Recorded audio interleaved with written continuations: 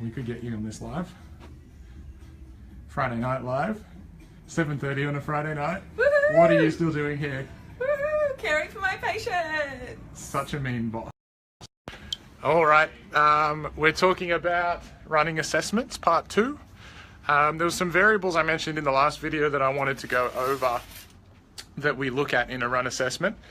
The first one is vertical oscillation. So vertical oscillation is how much you go up and down, so how much bounce you have. So often if you're being filmed from the side, you'll look at someone's head level, and if it's going up and down a lot, it can be a good sign that they are bouncing and using too much energy going in this plane, and you want to be going straight forward towards the camera. So it's wasted energy, and it also increases ground reaction force, which is how much force is going through your body or how hard the ground is hitting you.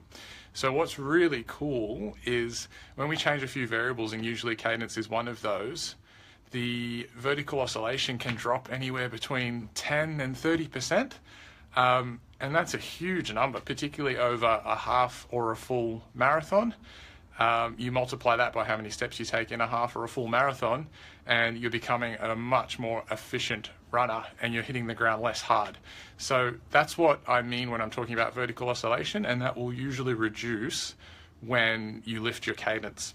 I've just got some notes down here again. So the next one is leg stiffness. Now, this is an interesting one, because what we see in more economical runners is leg stiffness actually go up. And that sounds counterintuitive to some people. I want you to think about leg stiffness as, imagine a really low, slow, long contraction in your Achilles versus just short, sharp bursts. What we found, if you do those short, sharp bursts, that over the course of a run, there's actually less force going through your Achilles.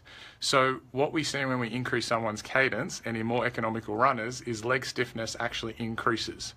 So that's another good effect, particularly if you're carrying an injury at your calf or your knee or your hip. The increased leg stiffness is less magnitude on those structures over the course of a whole run. The last one is that ground reaction force we've already mentioned. So a lot more contacts with the ground, but less significant contacts are better than less contacts that are large. Over the course of a run, you're better having more contacts that are shorter than lots of long contacts. And that's how cadence works. You take shorter, faster steps, and each step is less impactful on your body, particularly if you're carrying a joint injury. So a higher cadence will use a more muscle loading strategy, and a lower cadence will use a more joint loading strategy. So it's fantastic if you've had joint pain, knee pain, or hip pain. So I just wanted to explain a couple of those variables, and just in wrapping up, I had a really interesting case that I've probably seen 2 or 3 times now. Is a lot of people think you just run and you should know how to run, and that's what happens, and you don't need a run assessment and we don't need to look at this stuff. But I've noticed multiple times now, particularly females with a dance or ballet background or gymnast background, is they will really have a lot of that vertical oscillation. They almost bound, and that's probably from what they've learned in their adolescence.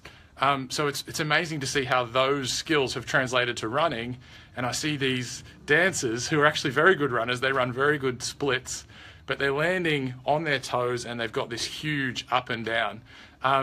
So you've got to have someone look at your run, because you just don't know if you're doing that. That just might feel natural to you. And I've certainly seen some very good runners do that, but we can change the load at their knees and hips just by tweaking cadence. So that kind of sums up the run assessment part, and now we're going to go into more specific cases as the days go by. So leave some comments at the bottom if there's anything specifically you'd like me to talk about running, and we're going to go joint by joint or injury by injury and have a little live on each of those things, plus whatever feedback I get from you guys. All right, have a good Friday night and a good weekend.